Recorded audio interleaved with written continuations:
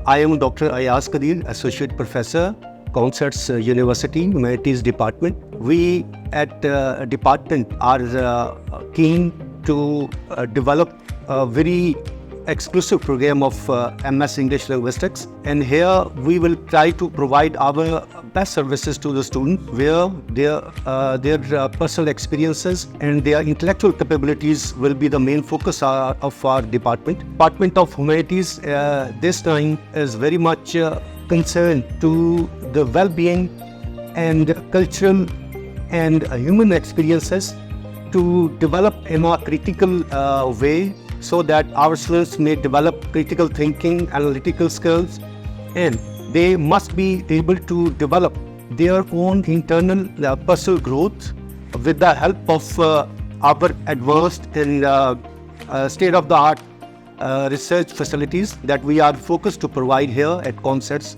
So we invite all those who have done their bachelor's to get admission in MS English Linguistics to develop their professional growth and their personal well-being. So thank you very much.